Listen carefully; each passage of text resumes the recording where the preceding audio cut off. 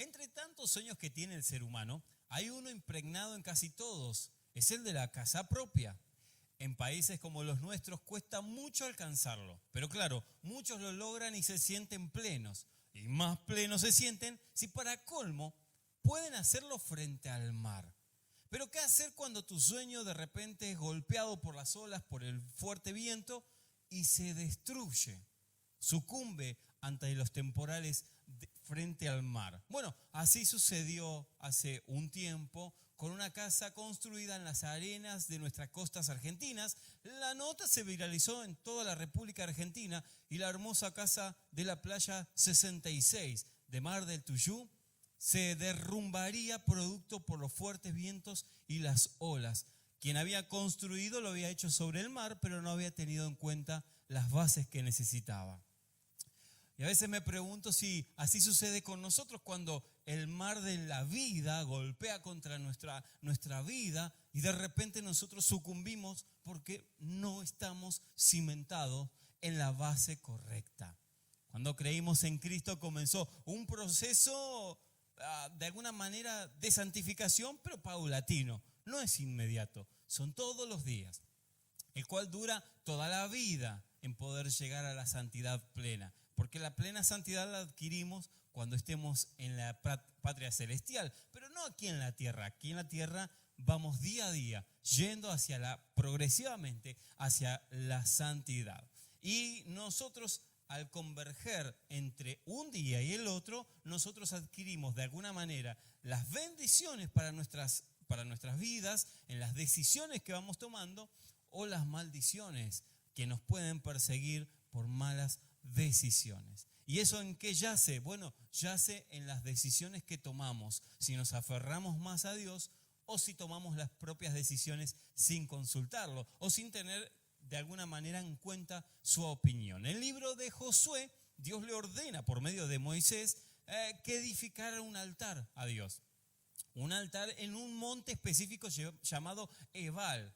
Y los dividieron encima en dos grupos, porque había un monte llamado Ebal y estaba del otro lado otro monte muy grande llamado Gerizim. Entonces, ¿qué dijo Dios? Bueno, pongan a unos salmistas de un lado y a otros salmistas o levitas, como se le dice, del otro lado. Y que uno cante sus bendiciones, las bendiciones que Dios había dicho que iba a tener el pueblo si obedecía su ley, y el otro cante las maldiciones. Es como estar en un teatro y de repente en unas gradas, ¿vieron esos teatros que tienen dos gradas dobles, que tienen palcos de un lado y palcos del otro, y de repente salen cantando un coro de un lado y el otro le responde del otro lado? Bueno, esa era la sensación, pero en un monte real. Entonces, unos cantaban la bendición y los otros cantaban las maldiciones si no obedecían. Y estaba el pueblo en el medio. En el valle estaba el pueblo escuchando la palabra de Dios. Esto es algo increíble. La pregunta es: ¿y por qué Dios mandaría a un monte a cantar una cosa y el otro monte, o los mismos levitas del otro lado, a cantar otras cosas? ¿Cuál era el sentido de Dios? ¿Y por qué en este monte? Bueno, lo peculiar de lo que relata Josué capítulo 8, versículo 30, es lo que significa el monte Ebal, porque ahí radica todo. Significa monte desnudo. Claro, así titulé a la prédica, monte desnudo. Y la pregunta señala: ¿y por qué Dios les ordenaría que levanten un altar en un monte desnudo? En un monte llamado el monte desnudo. Bueno, es que Dios no deja nada al azar. Y si Él les ordenó a través de Moisés a Josué que levantara un altar en el monte desnudo, es que Él quería darles una lección a su propio pueblo. Y la lección es que cada vez que el pueblo adorara, viniera al altar que habían levantado allí en el monte Ebal, recordarían que había que ir transparentemente. Y claro, capaz que te acordás que hace 2 semanas, cuando te decía que para presentarnos delante de la presencia de Dios, uno debía descalzarse, sacarse los zapatos. Esto viene a solidificar el concepto de que nosotros nos debemos presentar ante Dios, que cuando tenemos algún fracaso o cometimos algún error, hemos pecado, es donde más nos tenemos que presentar ante la gracia de Dios o ante el altar de Dios. Y para eso necesitamos comprender el concepto, saber qué es lo que dice la palabra en su plenitud, no solamente 2 o 3 ítems, sino que conocer cuál es el corazón de Dios para aquella alma, aquella persona que se presenta ante Él, aunque haya venido con dificultades o con errores en su caso. Por eso es muy necesario que prestemos atención a la palabra de Dios. Él nos va a arrojar varias luz acerca de este tema. Y yo recordaba mientras armaba el sermón que David fue el primero que lo entendió, que debía transparentarse ante la presencia de Dios. Y cuando recupera el cofre del pacto, cuando vuelve a tener la presencia en su palacio, celebró una fiesta con saltos, con alegría, porque por fin la presencia de Dios estaba con él nuevamente. Su actitud tuvo desprecio, lamentablemente, de alguien muy cercano a él. Y muchas veces va a pasar con las personas que nos rodean, que cuanta más gracia de Dios tengamos, cuanta más presencia de Dios tengamos, más los celos, las envidias se levanten alrededor nuestro. Segunda de Samuel, capítulo 6, verso 20 dice, también David se fue a su casa y al llegar empezó a bendecir a toda su familia. Pero Mical, la esposa, le dijo, hoy me has hecho el ridículo, no te has portado a la altura de un rey. Con los saltos que dabas, hasta la última de tus sirvientas vio tu desnudez. En realidad el lenguaje sencillo dice, vieron tu trasero, así lo ponen. Realmente te has portado como una persona vulgar y sin vergüenza. David le contestó, bueno, si dancé, si celebré, si salté, todo lo que hice, lo hice para agradar a Dios. Y recuerda que fue Dios el que me puso a mí y sacó a tu padre. Además, fue Él el que me coronó en este reino, como el rey de este pueblo. Y si a ti te parece que me rebajé, bueno, seré más vil todavía por causa de Jehová. Así que, mis amados y mis amadas del otro lado, hay una premisa en la palabra de Dios que deja a luz o deja ver a luz uno de los conceptos más viejos, o sea, uno de los conceptos divinos de Dios más trascendentes, porque quedó en la historia y Él no cambió este concepto, y que en nuestro tiempo y en nuestra era, en el siglo XXI, en el 2.0, donde estamos viviendo de la tecnología, a veces queda relegado a lo que yo comprendo. Y es el concepto de que cuando uno está delante de la presencia de Dios, no tiene que aparentar santidad. Uno cuando está delante de la presencia de Dios, no tiene que aparentar perfección. Porque si no, el rey David, siendo un magnate en el palacio, no se hubiese rehusado o no se hubiese humillado a saltar y a dar brincos con todo el populacho, con todo el pueblo. Sin embargo, le importó un cuerno todo lo que pudieran pensar los del pueblo, los sirvientes y hasta su propia familia. Él estaba feliz porque la gracia de Dios, el cofre del pacto, estaba de nuevo con él, a su lado. Había ingresado de nuevo al pueblo, estaba en el palacio. Y eso hacía que el corazón de David de alguna manera estallara en alegría. Y no lo podía contener. Alguien que dice, yo estoy alegre.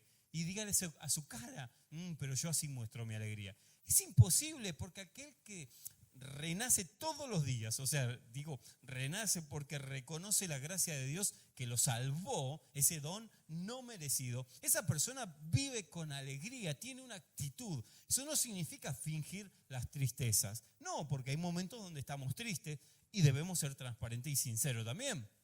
Pero aunque andemos en valle de sombra y de muerte, debemos recordar cuáles son las sabias palabras de Dios que nos dicen y nos recuerdan a nosotros que Él va a estar con nosotros. Y si Él va a estar con nosotros, ¿qué importa que haga el ridículo?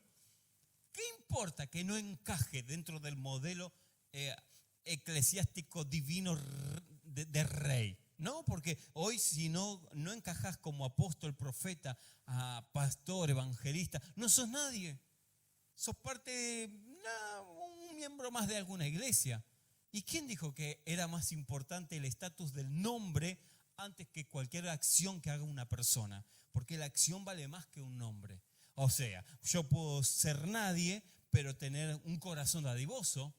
Y puedo estar en los escalafones divinos, en un alto lugar, más que una persona con un gran nombre, un recontranombre, ¿no? Un apóstol, profeta, divino de divinidades y también jerárquico, pastor y evangelista. ¡Wow! El tipo tiene todos los nombres, pero está ahí abajo en el reino de Dios. O sea, Dios lo observa con altivez. ¿Por qué? Porque la persona puso su nombre por sobre las acciones y los dones que Dios le haya entregado. Entonces es de notar a veces que el rey David no tuvo tupé o no tuvo condiciones para presentarse delante de Dios. Y eso llevó a que él celebrara con todas sus fuerzas ante todo el pueblo. Y no importaba si lo veían como uno más, porque a él no le interesaba la posición que él tenía. O mejor dicho, a él le interesaba más la posición en donde Dios lo veía que la posición terrenal que él tenía. Porque si Dios fue el que lo puso como rey, el único que lo puede rebajar como rey es Dios mismo. Así que cuando se trata de celebrar, sea lo que sea, la alegría, el gozo de la salvación de Dios, una victoria económica, una victoria espiritual, una victoria familiar, cualquiera sea, celébralo con todo el corazón, sin temor de lo que van a decir. Cuando uno puede entrar a la iglesia y levantar las manos y decirle, Señor, yo te amo porque me aceptas tal como soy, entonces uno es transparente. Comienza el proceso de santidad, de que yo soy como soy en todo momento. Yo soy transparente cuando estoy en intimidad, pero también cuando levanto mis manos en una iglesia. Y tengo que reconocer mis errores levantando mis manos y humillándome ante su presencia. Y tengo que celebrar ante toda la iglesia. De la misma manera hizo el rey David. Y nos enseña a nosotros como punto número 1 en este bellísimo sermón que Dios rechaza a la persona que entra a su presencia con algún disfrazado. Lo rechaza. Ni siquiera lo escucha, dice la palabra de Dios. Así que por eso creo que Dios llama al pueblo a ir al monte desnudo, a levantar un altar para recordar, ante mi presencia, vení como yo te creé. Dice el libro de Job y después en realidad dice Génesis y después el libro de Job lo refuta o lo rememora. Dice, desnudo vine a esta tierra y desnudo voy a volver. Dios da, Dios quita, es el nombre de Dios bendito. No el de ningún hombre, sino que el nombre de Dios es bendito. Y en el Génesis, cuando recordamos, Dios crea al hombre del polvo de la tierra. Por eso cuando nosotros nos vamos, no nos vamos con ningún Lamborghini, con ninguna casa majestuosa, con puertas de oro, ni con lo que mejor que hayas tenido hasta hoy. No te llevas nada. Lo único que te llevas son las acciones que te llevaron a conocer más a Dios, a vivir como Él le agrada, o las acciones que te llevaron a alejarte más de Dios. Entonces, es muy importante que nos presentemos transparentemente, o como diría hoy el sermón, totalmente desnudo, metafóricamente hablando.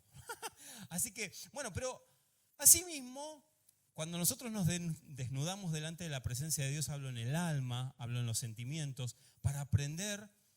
Él nos enseña la responsabilidad de cubrir también la desnudez de un hermano, porque estamos muy acostumbrados al ataque entre cristianos, ¿no? Y lo señalamos como algo que, bueno, pero Dios me ordenó a defender la sana doctrina. Yo tengo que hablar con este hermano que pecó porque tengo que cuidar la santidad de la iglesia. Sí, está muy bien, pero si eso no va a cubrir a tu hermano, entonces lo que hay en tu corazón es rencilla. Lo que vos estás manifestando es un asesinato espiritual sin decirlo, pero lo estás haciendo. Porque Jesús dijo que el que levante un falso testimonio o el que piensa en contra de su hermano ya lo asesinó, ya lo mató.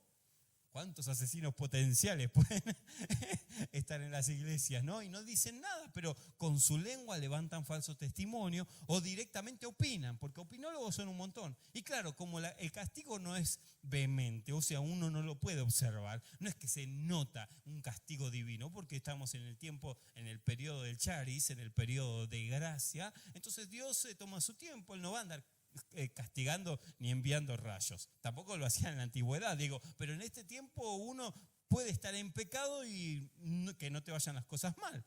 Lo dice Salmos. ¿Cómo puede ser que aquellos impíos, aquellas personas que están lejos de Dios, a espaldas de Dios, les va tan bien? Y a los que estamos tratando de cumplir su ley nos va tan mal. Bueno, es una consecuencia. Pero el relato de Salmos, no me quiero ir de tema, dice, hasta que entré en la presencia de Dios. Y ahí me di cuenta ¿Y qué se da cuenta el salmista? Que yo ya tengo la vida eterna, mientras que ellos disfrutan todo lo que tienen, pero luego van a arder en el infierno. Es frívolo, hasta te corre un frío por la espina dorsal, pero es real. O sea, vos lo que puedas ver de ganancias y demás en gente que no cree en Cristo o que cree, pero vive a espaldas de Dios, es lo que tienen acá en la tierra, pero luego les espera el infierno, les espera el lago de fuego, como dice la palabra.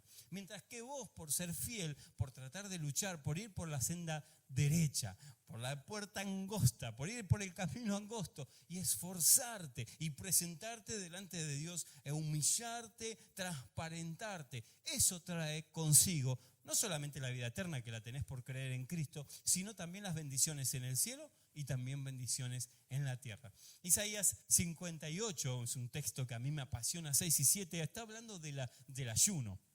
Y dice, ¿no es este el ayuno que yo les enseñé, que escogí para que ustedes hagan para conmigo? Desatar las ligaduras de impiedad, soltar las coyunturas o las coyundas del yugo, dejar ir libres a los oprimidos, y que no solamente ustedes tengan la posibilidad de solventar económicamente a alguien o sustentar, darle un plato de comida al que no lo tiene, sino también tapar la desnudez. Así lo dice la palabra del que está desnudo, del que no tiene ropa. No es solamente alimentar, no es solamente desatar las cadenas, sino también tapar la desnudez. Y esto puede ser físicamente, literalmente o espiritualmente. Aquel hermano que acaba de cometer un error y teme decirlo porque sabe que lo van a criticar. Entonces, ¿cuál es tu deber? ¿Cuál es mi deber como personas en Cristo? Abrazarlo y cubrir su desnudez. No exponerlo. ¡Hey! Este está desnudo, esa está desnuda. No, eso no es la actitud correcta o no es el verdadero ayuno. Hablando del ayuno, a veces me preguntan, ¿y cuántos días uno tiene que ayunar? No son los días que uno tenga que ayunar. Puedes ayunar 2 días, 3 días, 5 días, un solo día, horas. No importa el ayuno, mientras que el ayuno te lleve a buscar a Dios y desate como consecuencia aquel ayuno lo que acabo de leer. Que podamos ser más permisivos o que podamos ser más tolerantes, que podamos desatar al que está oprimido, dar comida al hambriento y tapar la desnudez del que lo necesita. Y como estoy hablando espiritualmente, y sé que ustedes me están entendiendo, hablo en lo espiritual, digo, ¿cuántos necesitamos poner por obra este texto y decir, yo no estoy para juzgar? Y sé que hay muchos del otro lado que pueden pensar, bueno, pero esto de juzgar aliviana la cristiandad. No, esto como que todo libertino, todo pura gracia, aliviana un poco el sentido o el peso de la cristiandad. Y no es así, porque cuanto yo más amo, yo más me empatizo con la otra persona, puedo tener la carga entonces de la persona que está transitando una vicisitud, una dificultad, y entonces puedo desde el corazón cubrir su desnudez. Si no es solamente decir, Dios te bendiga, voy a estar orando, hermano, y darme vuelta e irme. ¿Y qué hice? ¿Qué cubrí? Dije 3 palabras nada más, pero para poder entender cuál es el concepto verdadero de lo que Dios demanda de su pueblo, entonces tenemos que ser transparentes nosotros, para que al ser transparentes nosotros y al ser cubiertos por la gracia de Dios en nuestros puntos inflexibles, podamos salir a sanar también, a cubrir también a los que están necesitando. Y sabemos el camino, porque una vez que fuimos sanados por Dios, que pudimos de alguna manera ser cubiertos por Él, ahora nosotros también podemos cubrir a nuestros hermanos, y ahí se hace o yace la cadena. Entonces Dios nos usa a nosotros para cubrir a alguien más. ¿Se dan cuenta? Por eso Dios a veces nos pide que vayamos a Él, al monte Elab, al monte desnudo, para que recordemos que nada tenemos si no fuera por Él. Y eso me encanta. Eso habla mucho de nuestra incapacidad y mucho de la capacidad de Dios para cubrir nuestras vidas. ¿De qué sirve? ¿De qué sirve todo lo que hemos escuchado recién de la palabra de Dios si no lo ponemos por obra? ¿De qué nos sirve a nosotros escuchar la palabra pero no ponerla por obra? Somos como aquella casa de la costa argentina que por edificarse sobre la arena sin buenos fundamentos se termina derrumbando. Y tal y como Dios le pidió a Josué que comunicara las bendiciones y las maldiciones desde un monte, nuestro Maestro, el Señor Jesús, también lo hizo, dando de alguna manera el sermón o la enseñanza más larga, registrada por lo menos, más larga, pero la más trascendente, que es el Sermón del Monte. Mateo 5, 6 y 7 son 3 capítulos los que relatan una lección que Jesús va a dar sentándose en un monte, porque Él eligió el lugar. Él lo eligió, quién sabe, por acústica, porque necesitaba impactar más gente, porque había ya multitud que lo estaban siguiendo a Él con sus discípulos. Entonces me imagino que Él sube al monte, se sienta y como cual maestro va a enseñar. Y enseña el sermón, o lo que nosotros conocemos como el sermón de la montaña, que son 3 capítulos que pasan por 3 fases. 3 fases interesantes, 3 fases que tendríamos que tener recordándonos toda la vida. Pero estas 3 fases una es el habéis oído, mas yo os digo. La primera fase antes que esa es la de la bienaventuranza. Y luego es el carácter del cristiano de cara hacia Dios, de cara hacia su vida. Esas 3 fracciones enmarcan el Sermón del Monte. Algunas personas creen que el Sermón del Monte es una propuesta de Jesús levantando la vara de los mandamientos, o sea, de las leyes que estaban establecidas. Que Jesús lo que viene a hacer es no a reformar, no a invalidar, sino que va a levantar la vara. Porque el habéis oído, mas yo os digo, pone la vara más alta. Y uno de aquellos textos los he mencionado al comenzar el sermón. Pero otros piensan que el Sermón del Monte, lo que Jesús va a hacer, va a manifestar la incompetencia del ser humano, que de alguna manera es real. Jesús va a decir, lo que debiera ser algo común en ustedes no lo pueden lograr. Porque obviamente pareciera que se levanta la vara, pero lo que Jesús va a hacer no es justamente eso. Si alguien piensa que Jesús viene a hacer imposible el camino cristiano, o sea, hacerlo intrascendente, está equivocado. Porque con el Sermón del Monte lo que Jesús va a decir es que yo no vengo a invalidar la ley. Yo les vengo a manifestar el corazón de la ley que muchas veces el pueblo interpretó incorrectamente, los fariseos, los saduceos, los maestros. Pero asimismo también les quiero manifestar la imposibilidad de ustedes de adquirir, de vivir bajo el yugo de los 10 mandamientos, o de las 613 leyes, o de lo que él acababa de relatar. Entonces él va a manifestar que ante nuestra incompetencia o ante nuestra imposibilidad de poder caminar bajo la vida del Sermón del Monte, lo que necesitamos comprender es que él fue el que pudo caminar bajo todas esas leyes, bajo todo ese camino, y al ser perfecto pudo morir por nosotros siendo imperfectos y darnos gracia luego de resucitar, porque la vida cristiana no yace en el Sermón del Monte. Ojo. El Sermón del Monte lo tenemos que leer todos los días si es posible. Pero la vida cristiana no yace en el Sermón del Monte. La vida cristiana yace en la muerte, sepultura y resurrección de nuestro Señor Jesucristo. Y luego, como consecuencia, necesitamos caminar bajo la santidad.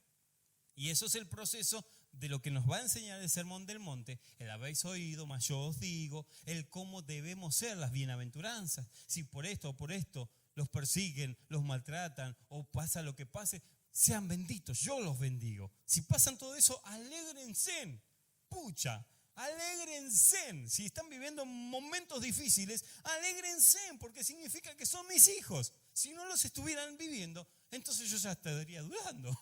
Pero si lo están pasando, bienaventurados son. Sean felices de pasar a veces dificultades, porque el mundo también las pasa y reniega, pero se va al infierno. Mas ustedes las pasan, se fortalecen en mí y tienen vida eterna. Así que a mí me encanta, punto número 1, porque él va a hablar de las bienaventuranzas y luego va a decir habéis oído, mas yo os digo, pero me quedo con el tercero.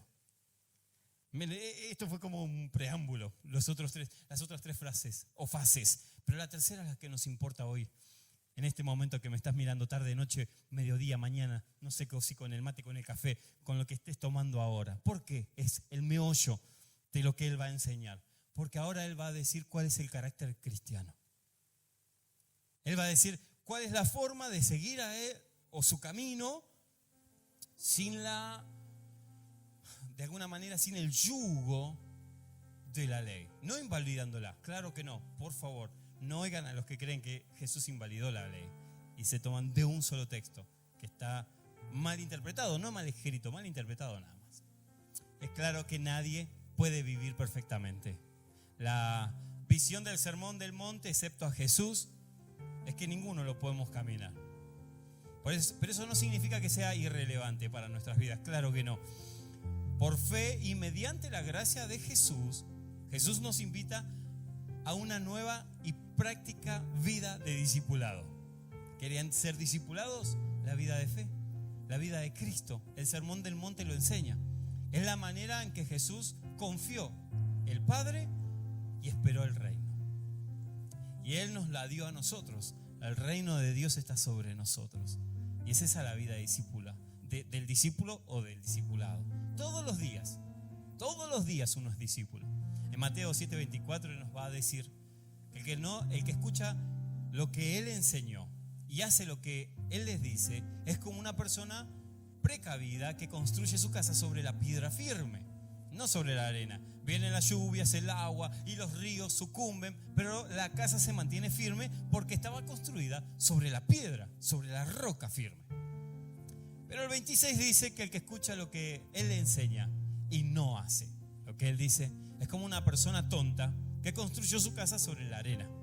Vino las lluvias, el agua, el río, subió mucho y el viento sopló con fuerza contra la casa y la casa se cayó y quedó totalmente destruida. A veces cuando me preguntan, siento que mi vida se está derrumbando, la pregunta que les hago es, ¿sobre qué te estás basando? Y no, yo sobre lo que puedo hacer, entonces vas a caer, vas a sucumbir. Pero si estás parado sobre la roca, alguien dice, ¿y pero qué es la roca, Tospa? Sus palabras. Sus palabras son la piedra que nos mantiene firmes. Aunque vengan momentos de desiertos económicos, aunque vengan sobre nuestra vida alguna enfermedad, porque nos tocan tal cual y igual que a la gente que está en el mundo. Aunque vengan sobre nuestros días momentos amargos, grises, donde el cielo se pone oscuro y parece que no hay luz de salida. Pareciera que uno quiere dormir y no volverse a despertar. ¿Qué hace que una persona vuelva a levantarse al otro día? ¿Qué hace que abra las ventanas y deje correr el cálido sol o los haces del sol sobre nuestra cara? Las palabras de Jesús que nos advirtieron: en el mundo tendréis aflicción, pero confíen, yo ya he vencido al mundo, y si yo vencí, ustedes vencieron. Esas palabras nos hacen ponernos de pie, y era necesaria la ley, porque la ley va a manifestar como si fuera un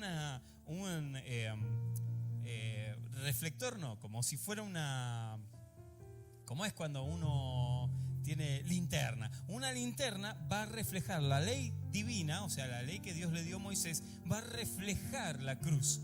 O sea, la linterna está manifestando cada vez más grande al proceso de los tiempos, de los años, desde que Dios se la dio a Moisés hasta que Cristo apareció. Cada vez fue más grande el misterio hasta que se reveló. Esa linterna terminó siendo muy grande, revelando un haz de luz muy grande y se refleja contra la cruz. ¿Y la cruz qué manifiesta, Tospar? Bueno, la cruz manifiesta la gracia. Entonces es necesaria la ley, porque si no había ley no había gracia. Pero gracias a la ley comprendimos que estábamos en error, que estábamos en pecado, y gracias a esa luz, ese haz de luz que viene a través de la ley, fue manifestada la gracia en la cruz de Jesucristo. Así que era muy importante la ley.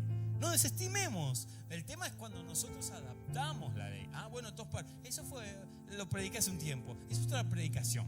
Cuando uno se toma posesión y manipula las leyes, ¿no? A su propio capricho, y enseña incorrectamente las leyes. Eso es lo que Jesús renegó tanto con los fariseos, saduceos y los maestros. Pero no es nuestra charla en este momento, en este sermón. En este sermón es que comprendamos que la ley manifestó la cruz de la gracia a Cristo.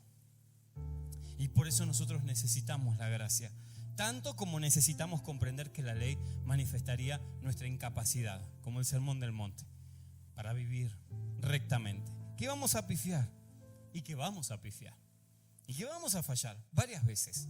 Por eso Juan capítulo 1, verso 16 dice: Dios nos dio a conocer sus leyes. Volvemos de nuevo, quiero refutar o quiero consolidar lo que acabo de decir. Por medio de Moisés Él nos manifestó la ley, pero por medio de Jesucristo Dios nos hizo conocer su gracia, su amor.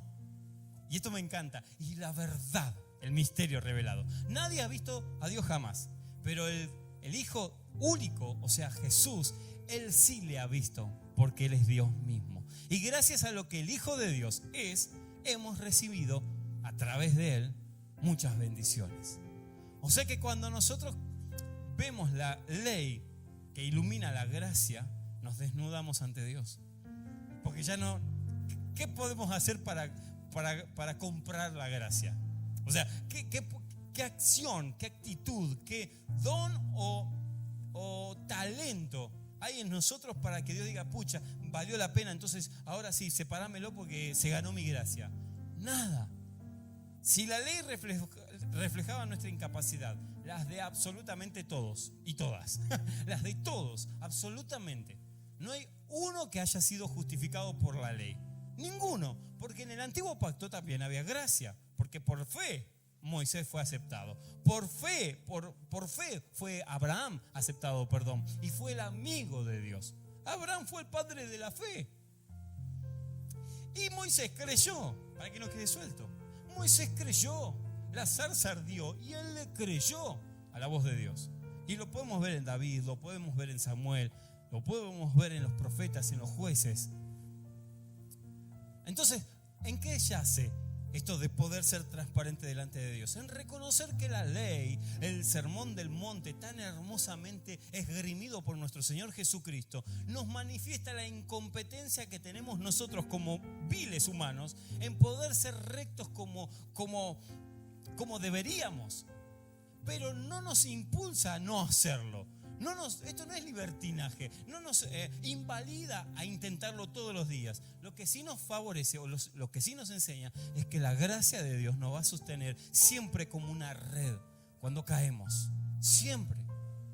Que podemos estar seguros de que el sol, la tierra, el cielo puede pasar, pero que Dios no pasa, que Él no cambia. Y si Él dijo que esa ley manifestaría la gracia, ya está manifestado.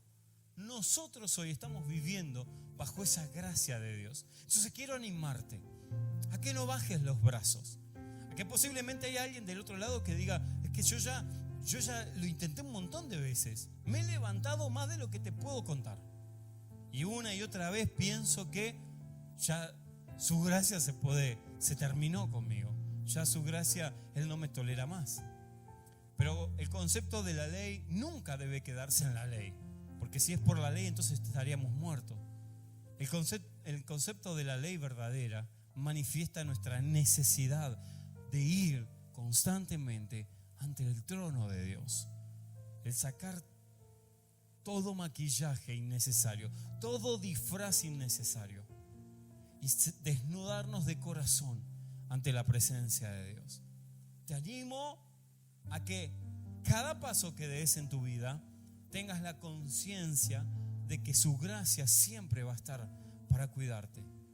Que no importa de dónde, que posiblemente alguien haya estado apartado de Dios, de una iglesia, de un templo, pero eso no te invalida a no tener la gracia, por favor. Eso no te invalida a no reconocer o no recibir la gracia. La gracia está dispuesta para cualquier persona, en cualquier momento. No son los pastores, no son los líderes, no son los apóstoles, no son los profetas los que adquieren la gracia.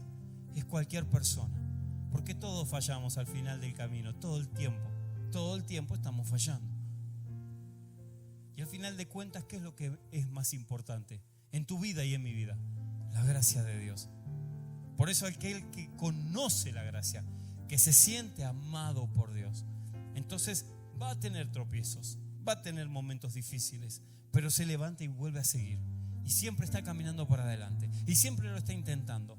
Pase lo que pase, sea como sea, él o ella se levantan y siguen abrazando la gracia. Y la gracia los sigue envolviendo y los sigue cubriendo de su desnudez. Cuando sales de la presencia de Dios, ya no sales desnudo, ya sales cubierto con la gracia de Dios. Yo quiero que Dios te llene de amor, que el Señor Jesucristo te manifieste sus bendiciones y que el Espíritu Santo te acompañe todos estos días hasta que nos volvamos a reencontrar.